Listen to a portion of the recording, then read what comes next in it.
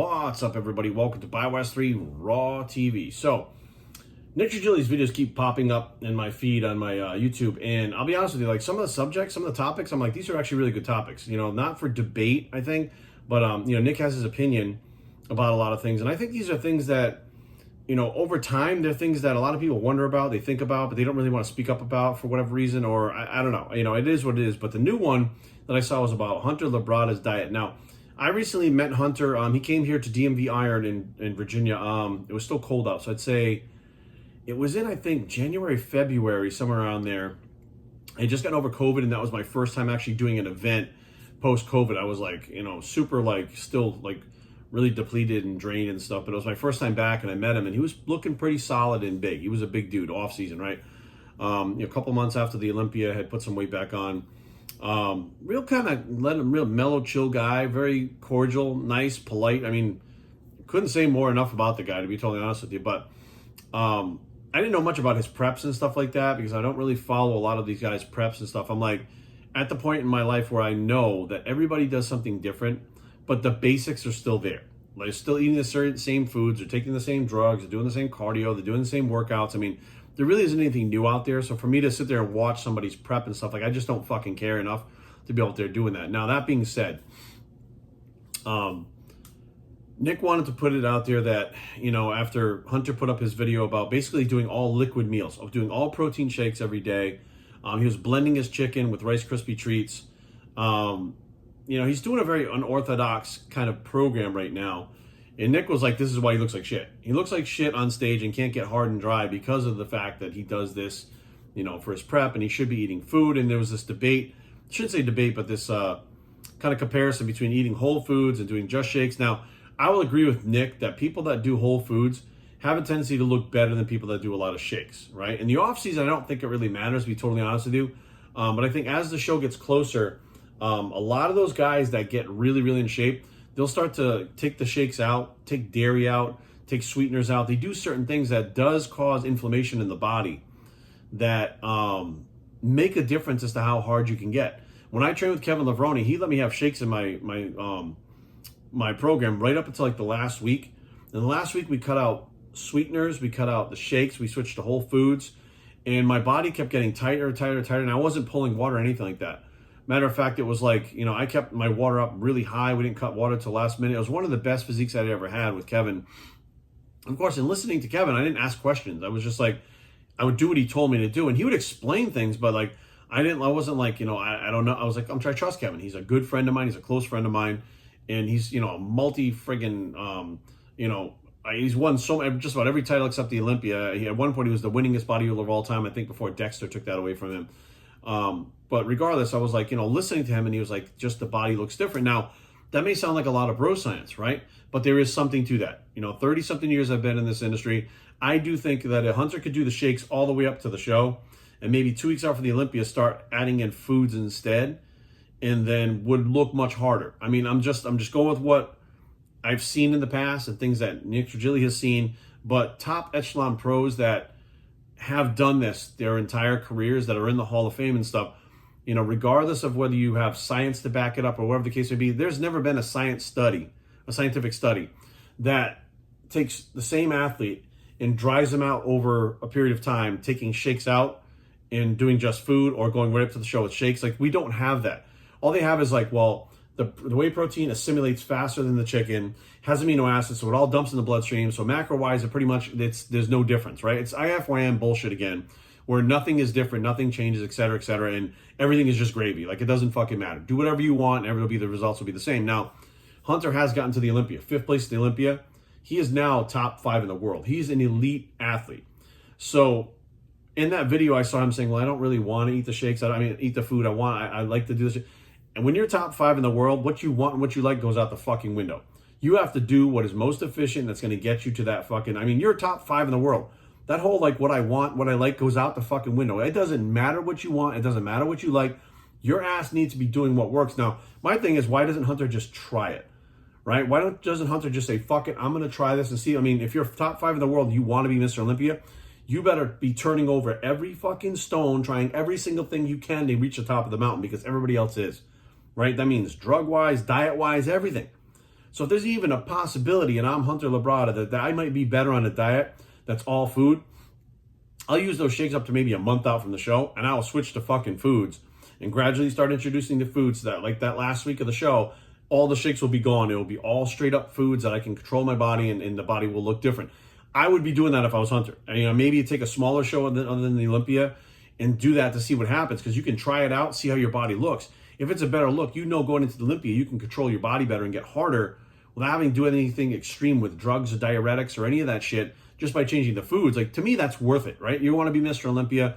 You're at the top of the echelon in the top 5 of the world. It's time to stop fucking around and being comfortable. It's time to be very uncomfortable, because these other guys are, right? You think Big Rami's not uncomfortable? Look at him. He can barely walk around. He's so fucking big, right? You think Brandon Curry being away from his family, training in Kuwait, you think that's comfortable? Like, these guys are purposely putting themselves in comfortable positions to be the best they can be. And Hunter's kind of still in that mindset of being comfortable. Now, on that side, I do want to stick up for Hunter. I'm sticking up for Nick now, but I do want to stick up for Hunter at the same time, because I was one of those guys that couldn't eat. And I got to 273 pounds at my biggest at 5'9". I mean, I wasn't super lean, but I got big as fuck, and I'm a naturally small guy with narrow shoulders. For me to carry that weight, there is no fucking way I would have got to that weight without the shakes. I had to do the shakes. And I would do like 3, sometimes 4 shakes a day with like 2 food meals. I would still do food meals. Like, Hunter doesn't like to do food meals at all, but I would still do a lot more shakes than I did food meals. I always looked more bloated. I always looked more puffy. I always looked better when I was eating all foods. But to get to that weight originally, like, I would have to do those shakes. Like, there was just all there is to it. And, author Al Ria came out with a product called Humapro, something like that. It was an amino acid profile based on like human muscle tissue. So it was like even better than something you would eat. These pills had the amino acids that were the exact ratio that human muscle tissue was made up of.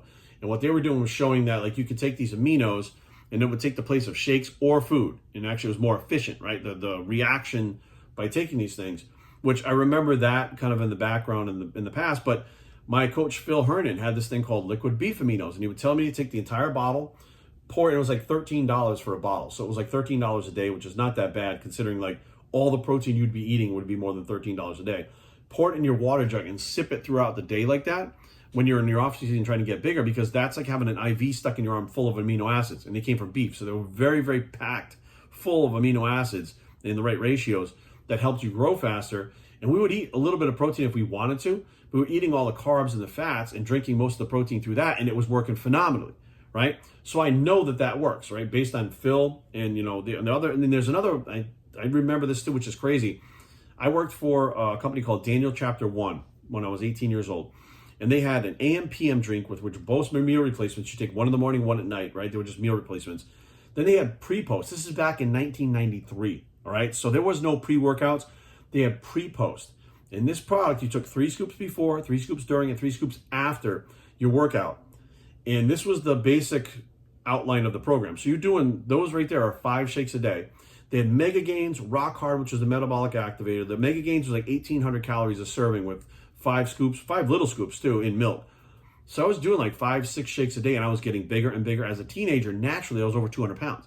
And that was from doing those shakes, and I was bigger and I was stronger, and people thought I was taking stuff back then, and I wasn't even close to thinking about taking stuff at 18 years old, 19 years old. I was just getting bigger and bigger and bigger, and the shakes were working. Now, did I have a really hard, dry look? No. Was I one of the best in the world? No, but it was working. So I have seen personally, myself and many other people throughout the years, whether you had shitty genetics or you just couldn't eat, right? One or the other, like you just don't have the appetite. Like I don't like eating a lot of food. I like to eat what I like to eat. Like I eat a burger, I like to eat a pizza, but I don't really like to sit down and eat like 10 ounces of chicken and 2 cups of rice. I don't like it. I do it. Now I do it. Like I'm okay with it now. But like when I was younger, I just couldn't do it. I didn't have that appetite, which is why I was a 135-pound teenager most of my life, right? So I've seen those things, right? Now, the fact that works, cool. The fact that Nick Trigili's probably right, that Hunter might actually look better doing the foods.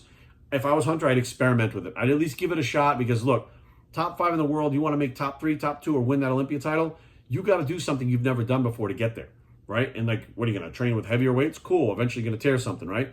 What are you going to do? Take more drugs? Cool. Eventually you're going to fuck yourself up. This is something that wouldn't fuck anything up. It would just take more effort and time, which he has, right? So put more effort making the food, like Nick said, you be home all day with nothing to do as your pro bodybuilder. You have shit to do, but you're home. You can have your meals, cooked fresh if you want. You can get meal prep companies make for them, like Trifecta, whatever the case may be. And like Nick also said back in the day, we'd eat cold fish and rice. Like, we just didn't care. We knew that that was part of it. The food was part of it. The shakes for me were part of it. Like, it all kind of combined together. I think a hybrid of what Nick and Hunter both do would probably be good for some people. But when it comes down to it, you're going to have a better look. Bro science, I know, I completely understand, but there ain't going to be a fucking study. They're just not going to study this because there's no reason to study. Do bodybuilders look better with food as opposed to shakes? Science doesn't give a fuck, so they're not going to do that, right? But I think the missing part here that Nick is really missing is Hunter is basically the Labrada legacy, right? Think about what that means. Now, what does that mean, the Labrada legacy?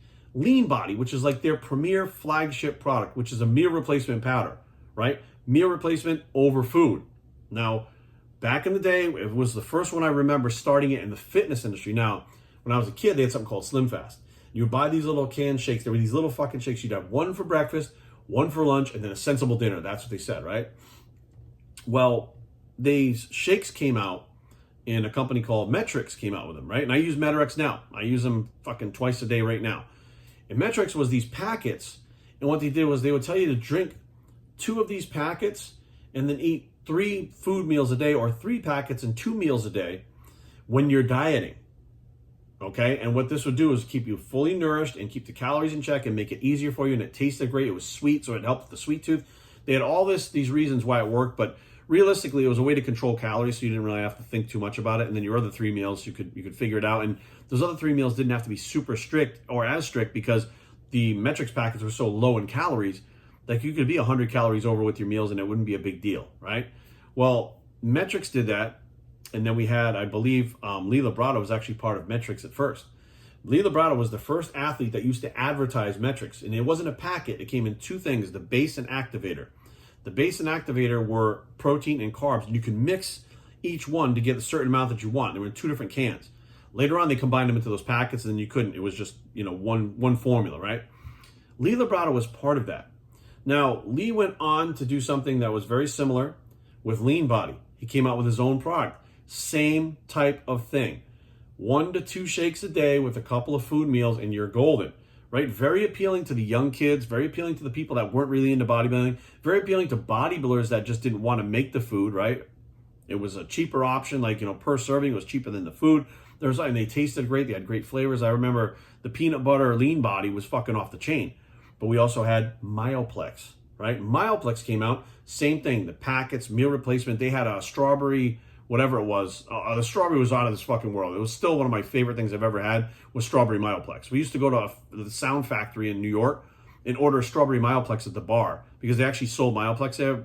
Long story, but this club had a lot of people that were in shape and it was like a bodybuilder kind of oasis for everybody. But the strawberry Myoplex, so they had these packets, right? Hunter grew up with that, okay? Hunter grew up with that marketing being pushed on everybody. He grew up with that bodybuilding version of Slim Fast. And he now has the name still of the company that's flagship product is a fucking protein powder, right? It's a meal replacement.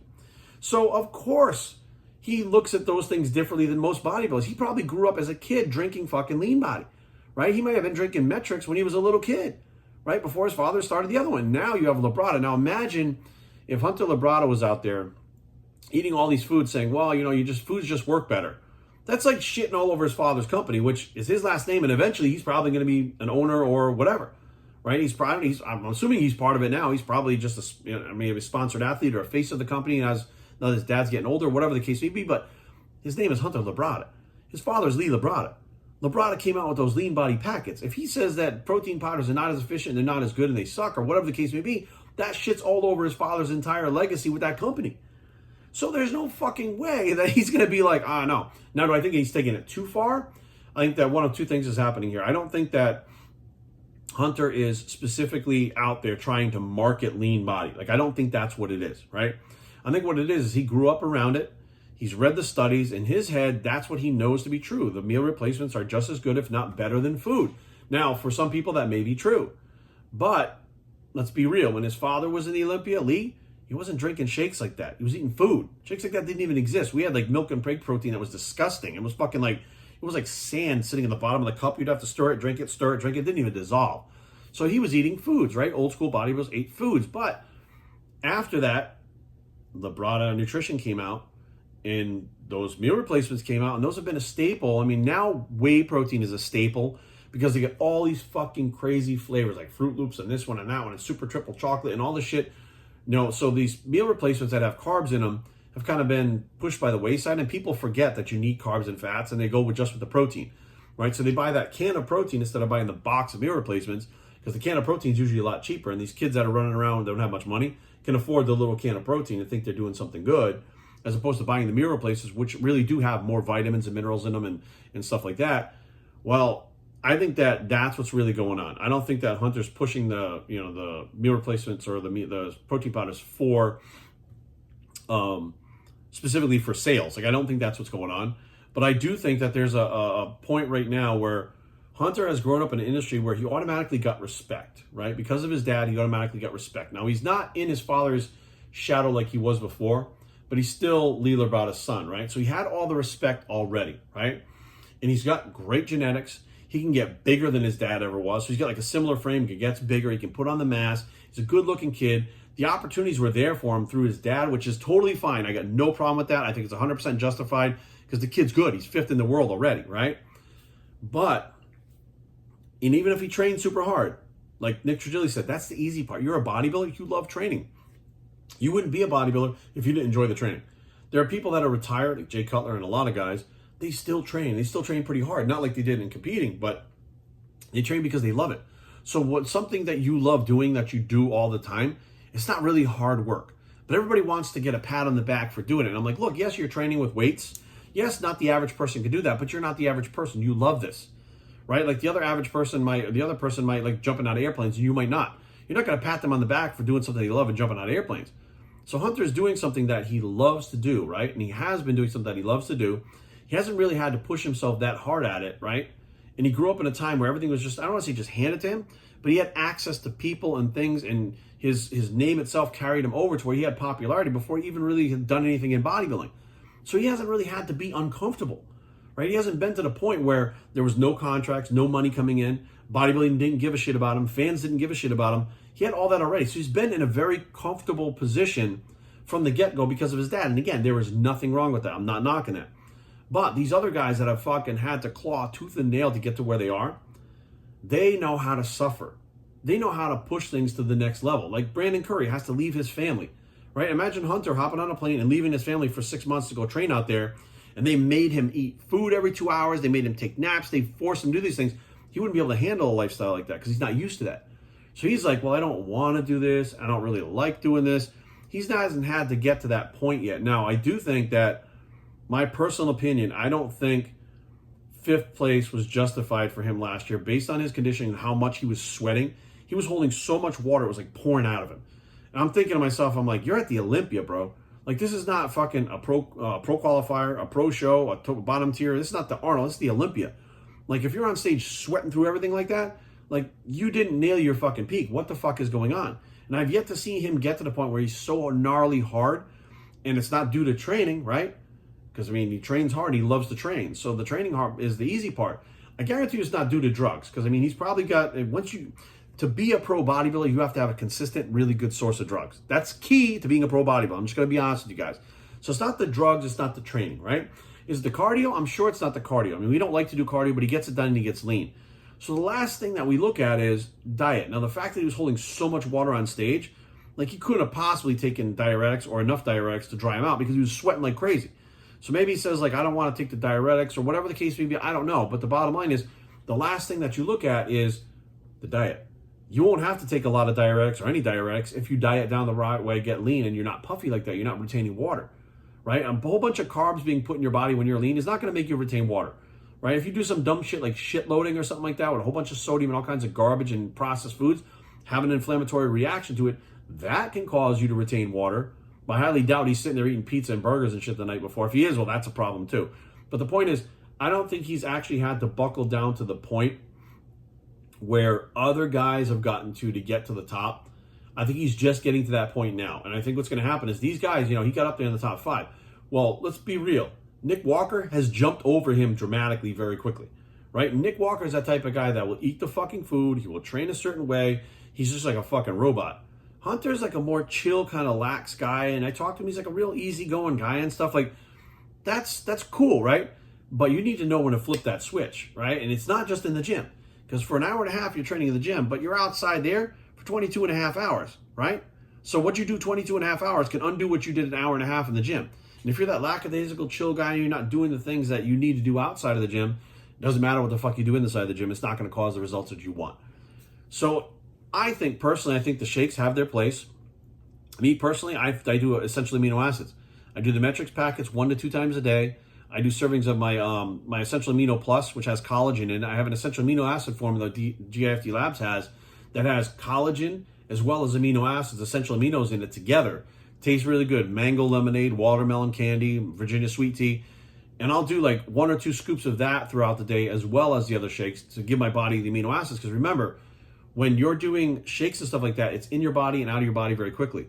So your body's going to use the amino acids when they hit your blood, and whatever's left over is going to be stored in the short-term storage, which is the amino acid pool. Things like shakes and amino acids can fill that up very quickly, but having a meal in between those shakes also will digest a little bit slower. Those amino acids will be introduced to your blood a little bit slower. So as that amino acid pool starts to get depleted, which it does every 2 to 3 hours roughly based on human adults, right? That those amino acids that are trickling into your bloodstream will more than likely be enough to keep you like an IV of amino acids in your body consistently. So it's like shake, meal, shake, meal, shake, meal. That makes more sense to me than all shakes. But I do think there's something to what Nick Trigili is talking about. I would like to see Hunter just try it, just give it a shot and see what happens. Nick was like, I don't think he'll ever do like a A and B and see what it looks like. And I agree with Nick. I don't think he will. I do think that Hunter has science backing him up, but we also know that science is going to study what science wants to study. It's not studying bodybuilders, right? It does, it's the amino acids get in the blood, that's fine. And Nick Trigili is saying, well, the micronutrients, absolutely 100% important micronutrients. Without micronutrients, which are vitamins and minerals, you die. That's all there is to it. You deplete your body of enough minerals, your electrolytes, what happens? You cramp up, your heart cramps up, you die. We know that, right? Pull sodium out, keep potassium high, you're dead, okay? Pull vitamins out of your system, right? What happens is the more depleted you get in your vitamins, disease happens, ailments happen, fucking illness happens. Eventually, if you don't address that and replace those vitamins, you die. So what you can do is take a multivitamin, a multimineral, take it multiple times a day if you have to. So you can solve that problem with it, but it doesn't solve the problem, the fact that I think that all shakes, these things are in and out of your body too fast, and I don't think that the body per se uses them efficiently the way that they're dumped into the blood and stored as it would if you had alternated meals. And I think that if you're eating those meals, like for me, getting up and having a shake first thing in the morning is ideal because your body, it needs amino acids. It's been fasting for a certain amount of hours. Put those amino acids, let them drop in your blood, let them go into the amino acid pool, and then start eating your meals. And that's the whole point of eating every 2 to 3 hours. So it's a consistent intake, not just of food coming in your mouth, but the way it digests is released into your bloodstream. Whatever's done releasing, when you're being used, that's been released in your bloodstream, it gets stored in the amino acid pool. You're ready to eat another meal within 2 to 3 hours. So the amino acid pool still has them in there if it needs it, right? So you're eating those amino acids and they're dripping like an IV into your blood. If you need more, the amino acid pool, release them while the food is digesting. It's a more efficient way and you'll get better results alternating the food and the shakes. But again, I don't think Hunter will do that. I think he's like trying to blaze his own trail. I think there is a lot of the Labrada nutrition that has been bred into him. It's information that he truly believes in, and he's putting it to work, and he's top 5 in the world right now, right? But do I think he'll win the Olympia doing all shakes? I highly doubt that. I think he's going to have to do something different, and I hope he just doesn't take more drugs or do more cardio or push himself harder in the gym.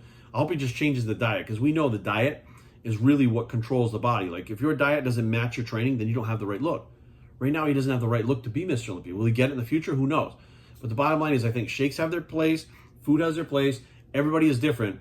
But to go all shakes, which I've seen people do, they never look the same as when they do all foods. And I've been around for 30 years, right? And other top pros and legends and people that are in the IFBB Hall of Fame that have been doing this will say the same thing. So is everybody else wrong and Hunter's right? Or is everybody else right and Hunter's just being stubborn, right? Usually when somebody, like a lot of people have an opinion about somebody, everybody else is not fucked up. It's just that person that's fucked up. I think what's happening right now is Hunter feels attacked.